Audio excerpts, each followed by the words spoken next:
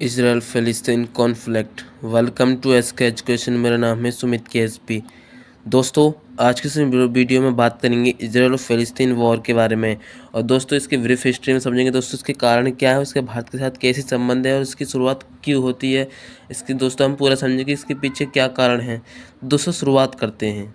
दोस्तों 7 अक्टूबर 2023 को अचानक से 5000 रॉकेट का हमला होता है गाजा पट्टी के द्वारा इसराइल के ऊपर।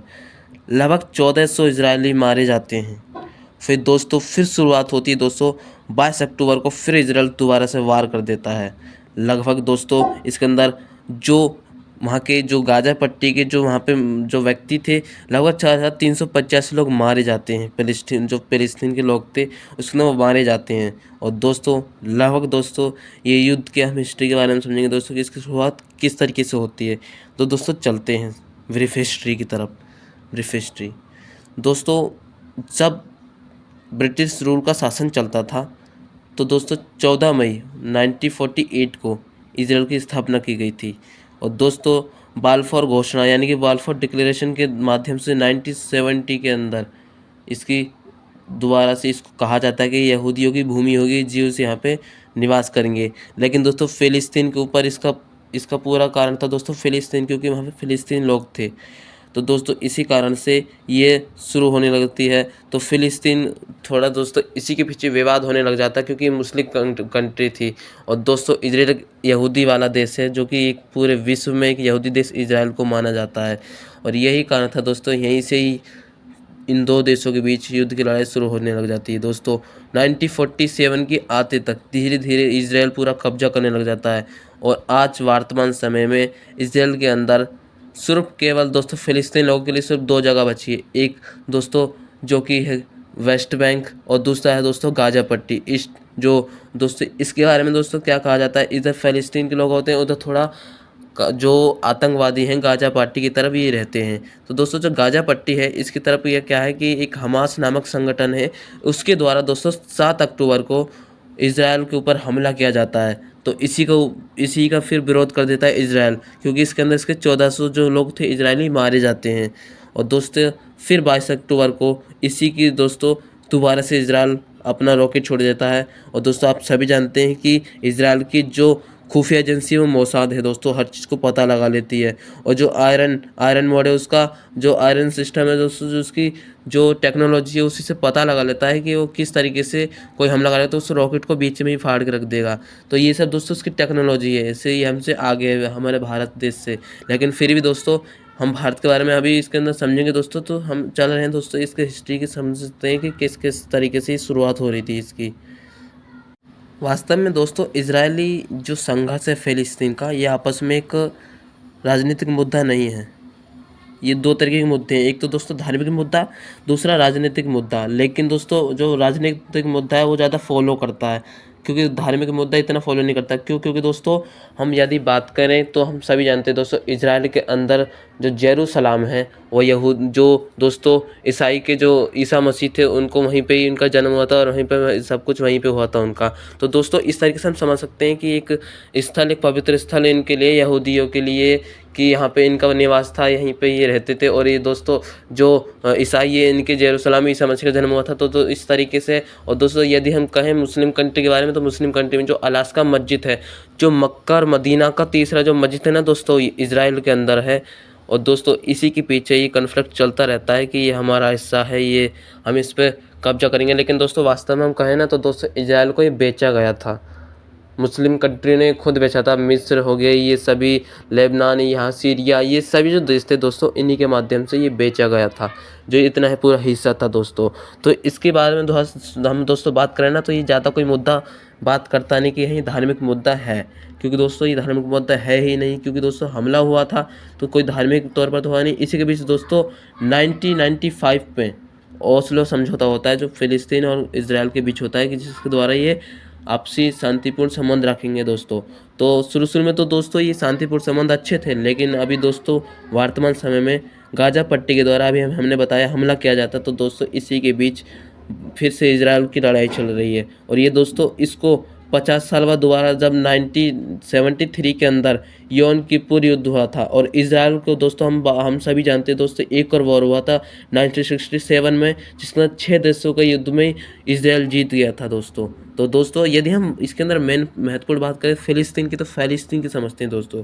फ़िलिस्तीन एक ऐसा इलाका है दोस्तों, इसके अंदर 2 पार्टों में डिवाइड है। जब इजराइल पहले दोस्तों इजराइल में ही फ़िलिस्तीन था, इसको ख़रीदा गया था मुस्लिम कंट्री द्वारा यहूदियों को। तो जब ब्रिटिश रूल ने यहाँ पे शासन करा दिया इजराइल का, जिसके माध्यम से दोस्तों ये कंट्रोल में रह सके, इतना मुस्लिम कंट्री इलाका है। और दोस्तों जो अमेरिका है उसको हथियार सेना सब कुछ देता रहता है, हर चीज़ मदद करता है, जिसके द्वारा वो मुस्लिम कंट्री को कंट्रोल में ला सके। और जो रूस है दोस्तों, क्योंकि दोस्तों रूस के फेवर में नहीं जा पाएगा, तो दोस्तों नियंत्रण में तो रहेगा। इसी प्रकार दोस्तों ये जो हम सभी जानते हैं दोस्तों, फ़िलिस्तीन को 2 भागों में बांटा गया है, वेस्ट बैंक और जो गाज़ा पट्टी।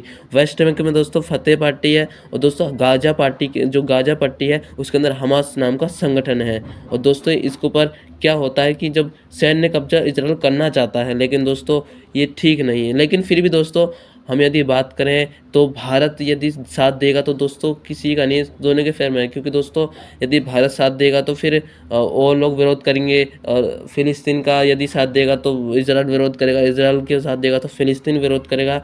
इस माध्यम से दोस्तों हम समझ सकते हैं कि यदि हम इसके अंदर दखलंदाजी करेंगे तो ये हमारे लिए भी खतरनाक हो सकता है दोस्तों। तो दोस्तों यही था इसके अंदर कि ज़्यादा कुछ है नहीं। और जॉर्डन वेस्ट बैंक पर कब्जा भी कर रखा है जॉर्डन ने, तो ये सभी दोस्तों इसका महत्वपूर्ण है।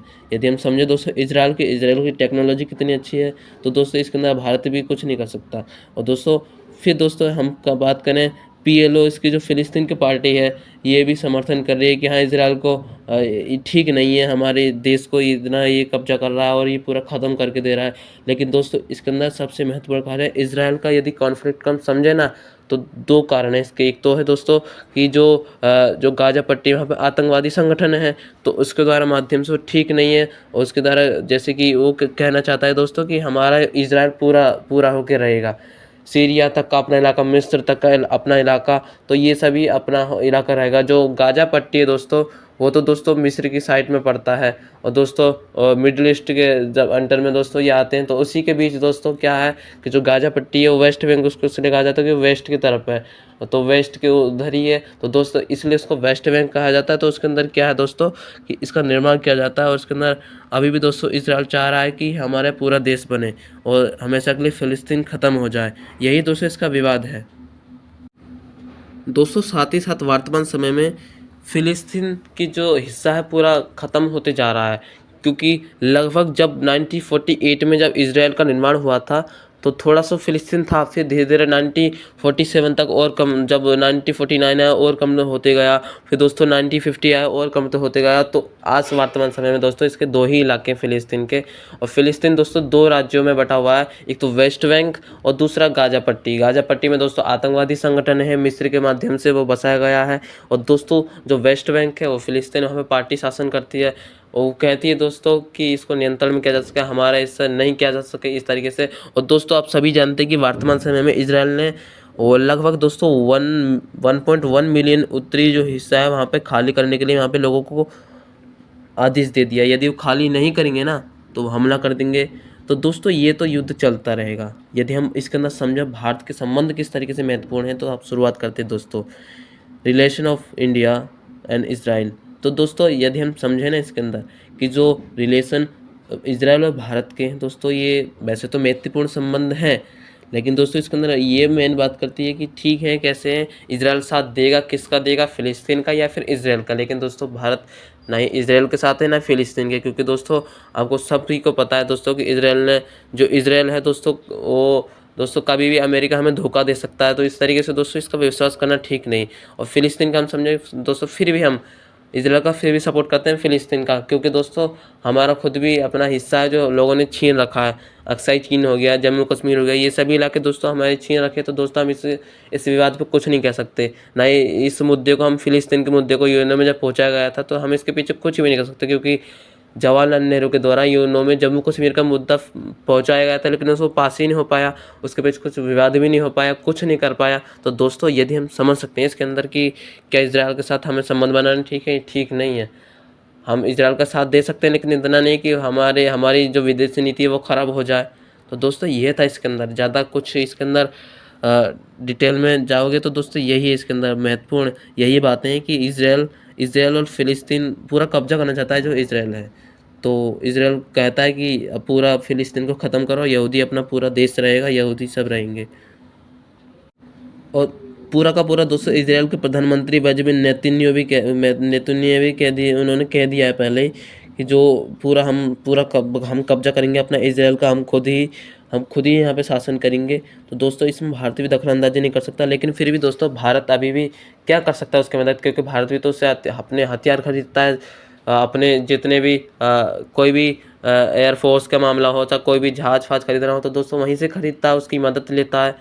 अब आयरन मोड इसकी जो दोस्तों उसकी टेक्नोलॉजी है, कितनी अच्छी टेक्नोलॉजी है, भारत के पास ऐसी नहीं है। तो दोस्तों हम भारत से इज़राइल से पंगा तो नहीं ले सकते।